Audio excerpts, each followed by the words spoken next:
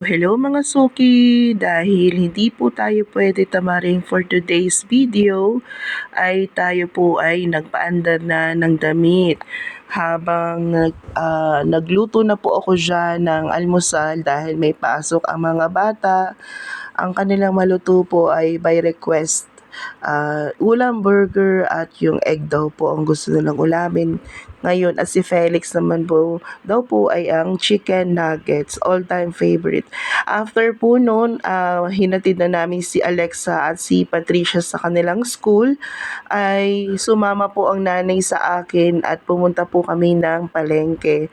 Kami po ay namili ng kakainin namin para sa buong araw. Ayan, namili lang po ako ng kaunting manok at pangsahog sa spaghetti dahil nag-pasta lang po kami sa gabi.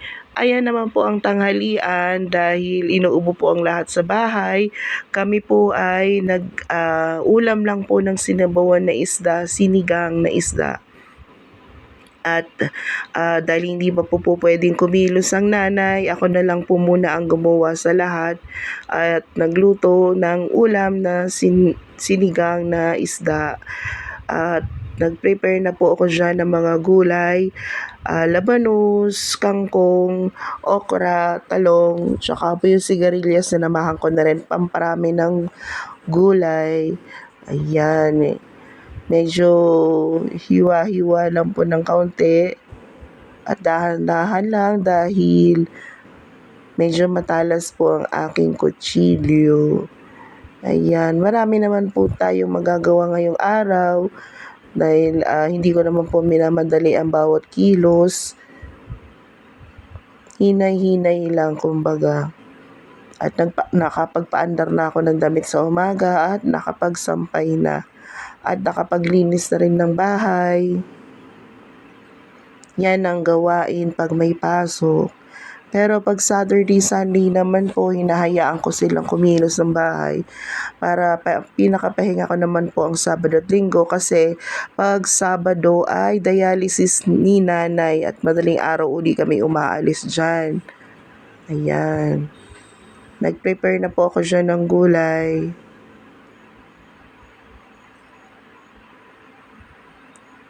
Yan, sa mga nagtatanong po kay nanay ay medyo okay na po siya at tulog na ng ayos.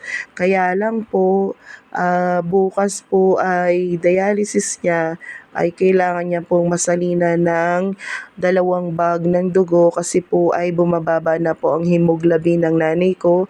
Kaya po ang advice po ng doktor, kahapon sana ay mako-confine siya, kaya lang ayaw po ng nanay ko, sabi niya magagamot na lang daw po siya sa bahay at sasalina na lang po siya ng 2 dugo pag dialysis day. Ayan po, ano na po siya ng nebulizer niya kasi nga po at masyado pong maplema.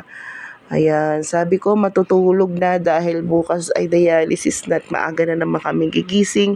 Maraming pong salamat sa inyo. Sana suportahan niyo po ang aming mini vlog ng nanay ko. Please like and share. Thank you so much. God bless.